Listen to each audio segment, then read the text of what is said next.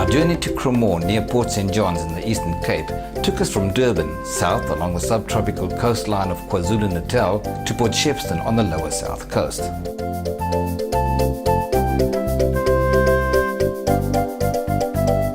Here we branched off inland to Kokstad, which is an ideal stopover for refreshments.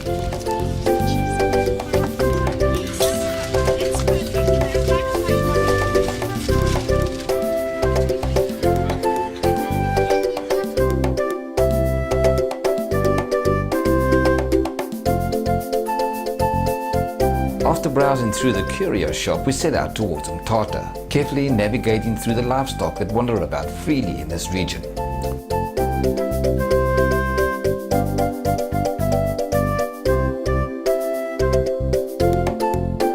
In Umtata, the once capital of the old Transkei, we headed back towards the coast.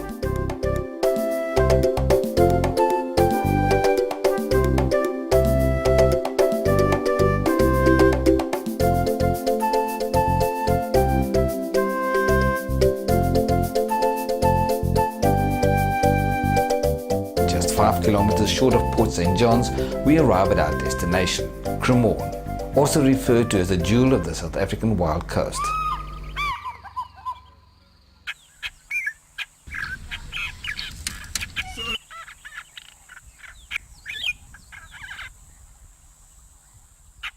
This caravan park is pristine, with lush green lawns rolling from the high forest-lined cliffs all the way down to the edge of the riverbank. We carefully sought out sites best suited for our needs and in no time at all set up camp.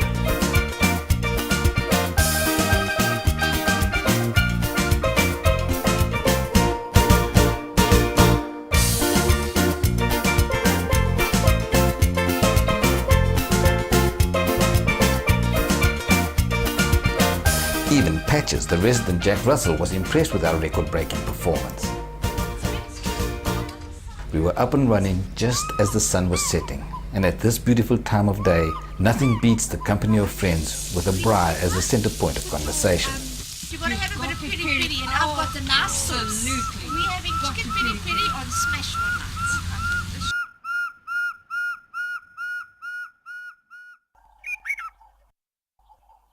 The Cremorne estate is situated on the northern banks of the awesome Umzimvubu River, an area legendary for its unspoiled beauty and rich plant and wildlife. This is a place where one can enjoy the rewards of life close to nature. It's a place where one can relax and unwind in a secure, peaceful environment miles from the hectic city life.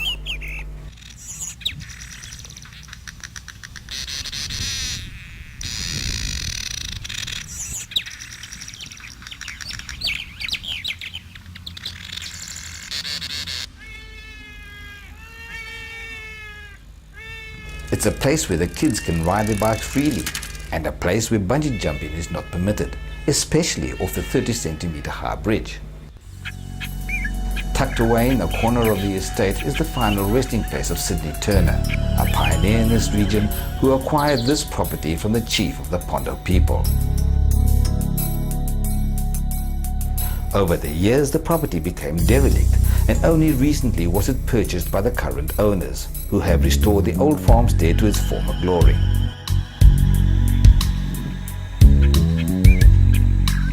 The old farmstead is now the heart and soul of the Cremorne estates, which offers a variety of relaxing luxuries.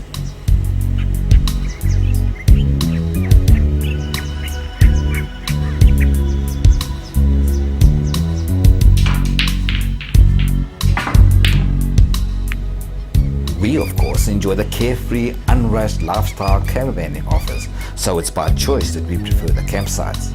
If camping or caravanning is not quite your scene, then these log cabins in this beautiful surroundings is for you.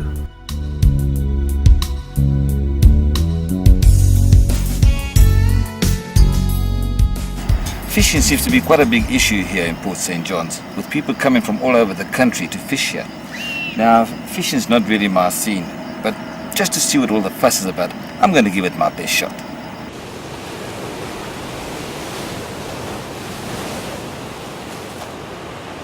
Fishing is good all year round, but I believe best during the winter months, especially June to August.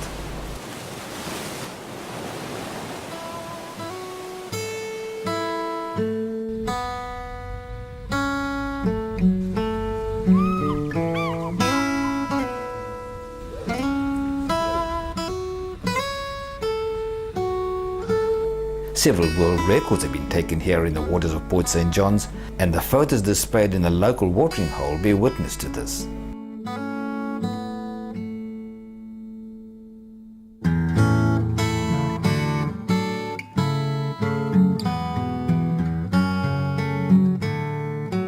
What have you caught?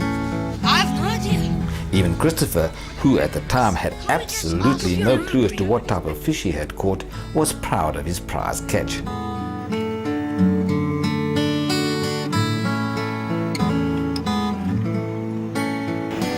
I've been here now for a couple of hours and I must say it's been rather relaxing, but as for the fish, well, I guess I'll be paying a visit to the local supermarket. Needing some basic foodstuff, we took a drive to Port St. John's, which is situated at the mouth of the Umzimvubu River and the only proclaimed town on this untamed stretch of the wild coast.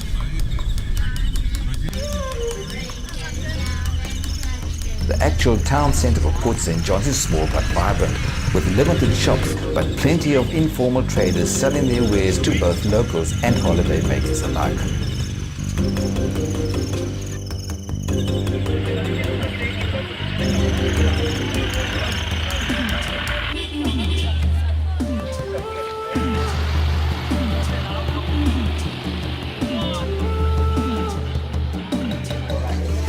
We made unnecessary purchases, but of course when on holiday, we somehow also seem to make the spontaneous, unnecessary purchases as well.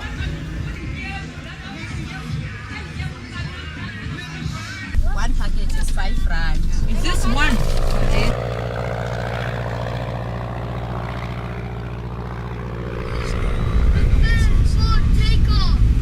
Okay, take off, Ronnie.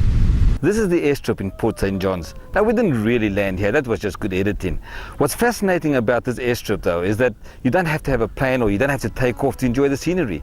The scenery from here is absolutely breathtaking. From the airstrip one has an uninterrupted view of the river mouth all the way upriver to the bridge near Cremorne. It certainly must be the landing strip with the best views in the world.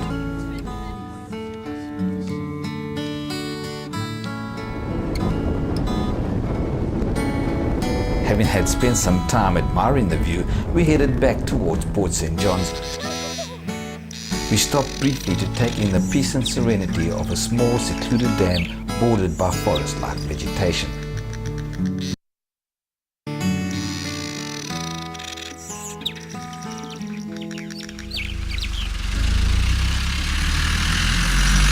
Before heading back to camp, we took a short drive south of Port St. John's. Here we saw the dramatic cliffs dropping into the wild ocean, a spectacular landscape that the wild coast is known for.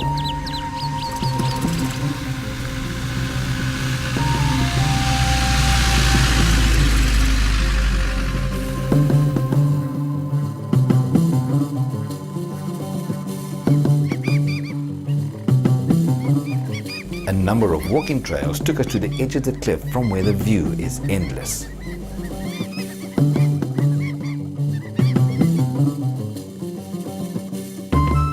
An amusing sight along the way is the Millennium Bar, suspended on the side of the cliff, offering a drink and a view, only to the courageous. It's very nice. Yeah, I like it here. On the way back, we stopped at Second Beach, Port St. John's most popular swimming beach, situated in a beautiful bay.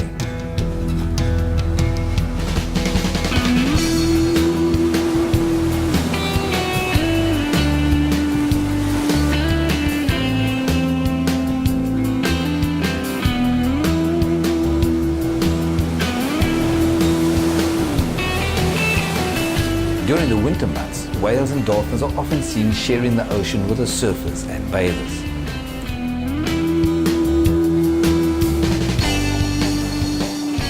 Vendors selling African beadwork and traditional African jewelry are full up.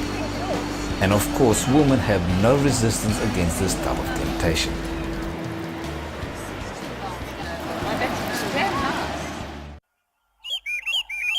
Once back at camp, a potjie seemed like a jolly good idea.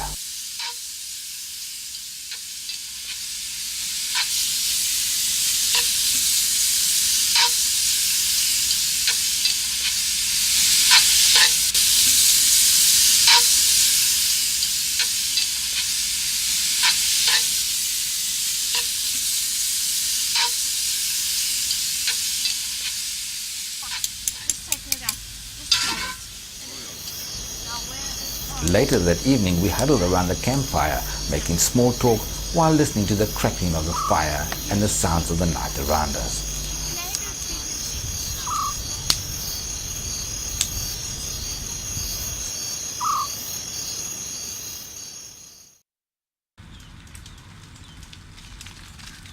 The next morning, Ronnie, Rolly and myself took the bicycle ride to the river mouth, enjoying the fresh, crisp morning air.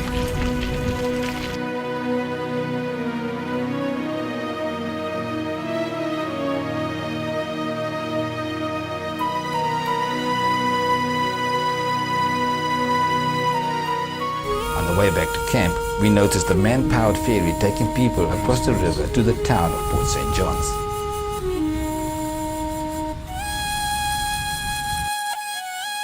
This seemed to be quite a physical occupation, and certainly not for the unfit.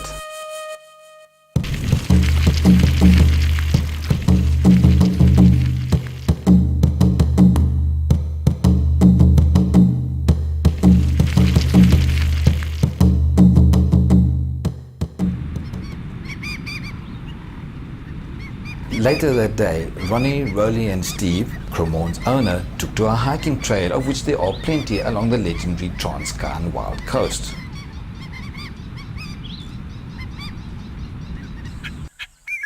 This is a healthy way one can enjoy the natural splendor of this diverse ecosystem.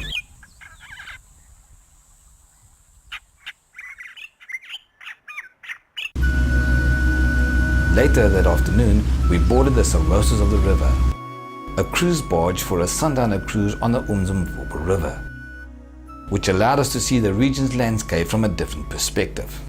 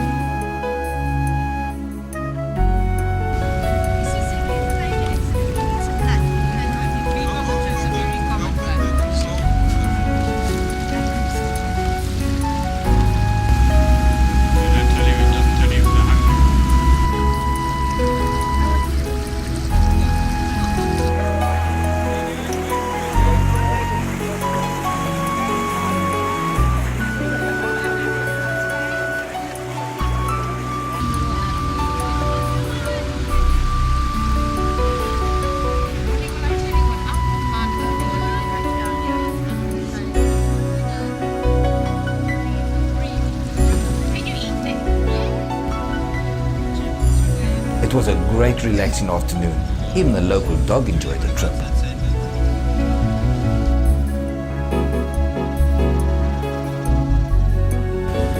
Steve once again confirmed that fishing is one of the greatest attractions to this region. And this was quite evident on the river, with dozens of fishermen trying their luck.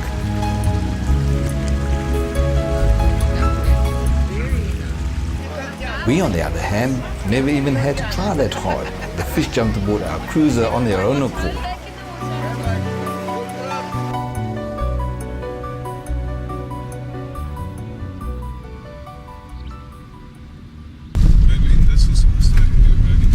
The next day we decided to explore the region north of Port St. John's, and we set out along the hair-raising bumpy dirt road inland to the Sikisiki.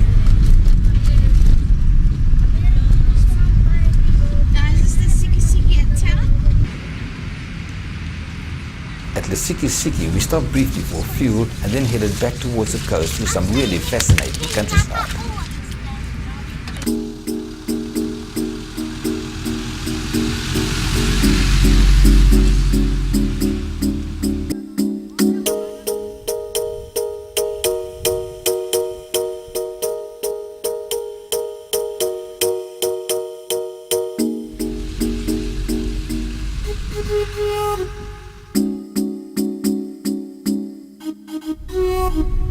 Finally, we arrive at the Umkabati Nature Reserve.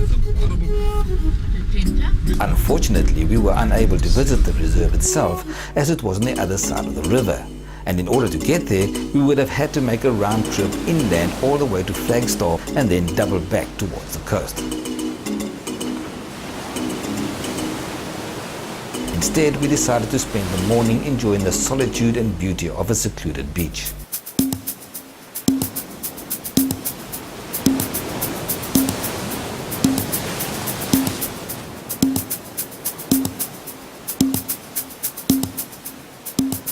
A cluster of rocks, of which one resembled a turtle, was a perfect setting for a picnic brunch.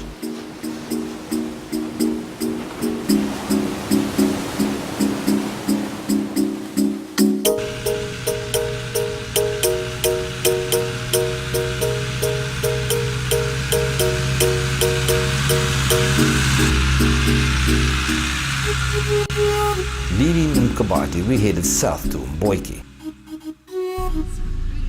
Along the way, we came across the hut of a local artist, which was full of interesting African artifacts, some of which the artist had made himself.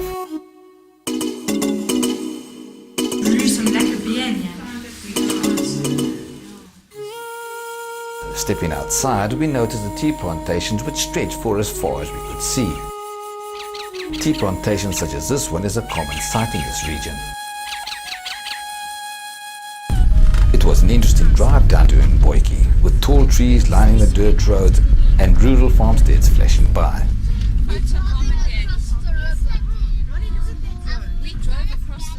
At Mboiki, we headed down to the lagoon where we saw what to us was quite an unusual sight, and that is cattle on the beach across the lagoon. This was quite a pleasant stop and an opportunity for us to explore and enjoy the scenery.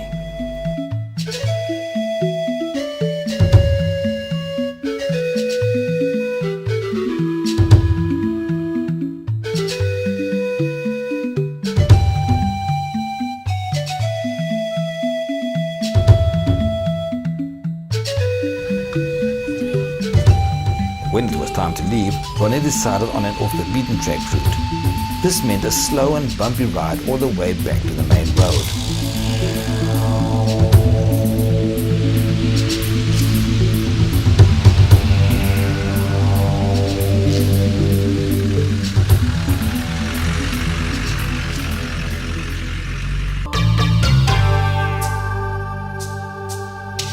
The next day we drove along the coastline to the north of Point St. John's, and once again the scenery was unbelievable, confirming that the wild coast remains a relatively untouched paradise, an eco-haven with a feel of a real African coastline.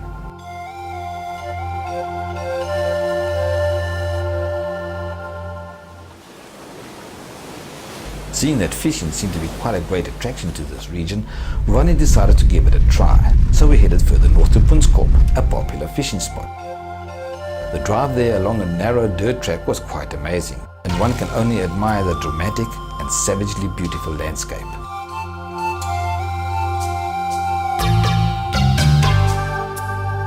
Not only did we have to contend with livestock crossing the road on blind corners, but also the local free-ranging youngsters, brimming over with excitement as they ran beside our vehicle.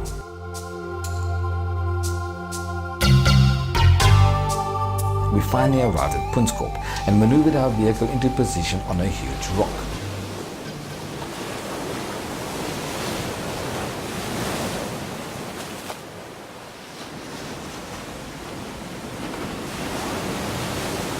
Then everyone sprang into action, checking their rods and making sure that their gear was all okay.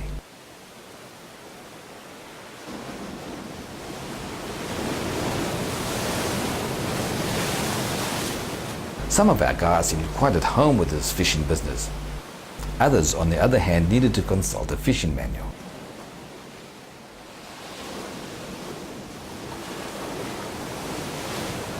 At the end of the day, everyone had a great time. I must say, however, that I was mighty glad we never had to rely on their catch for supper. The next day we headed south once more to Salaka Nature Reserve at Third Beach, just outside Port St. John's.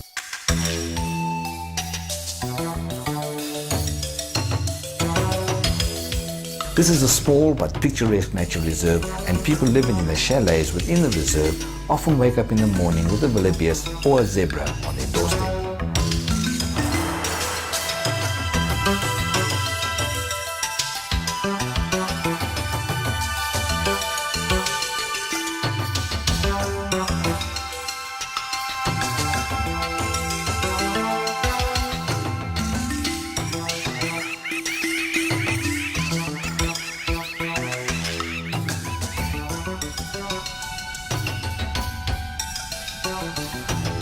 This was our last day in Cremorne, and we still needed some souvenirs, so we headed back to Port St. John's to see what we could find.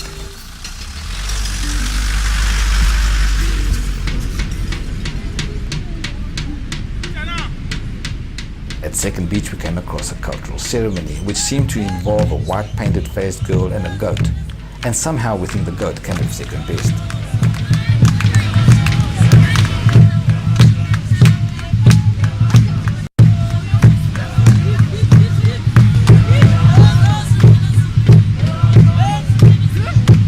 This rooster was paying special attention to all the commotion and seemed a little apprehensive at first, but after a while it didn't seem too perturbed about the goings on.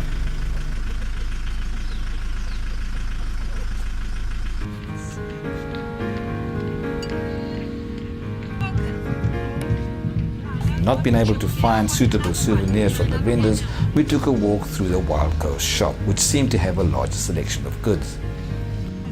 7. That's not bad for 7.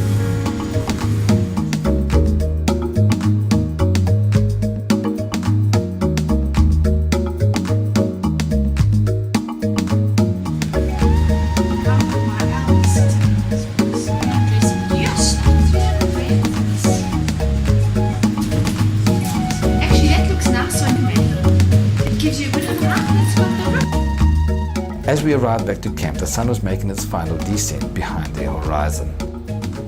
Cremorne on the Wild Coast is a family and adventure destination, offering a way of being that lets you forget the rest of the world and remember the things you love most, especially about each other.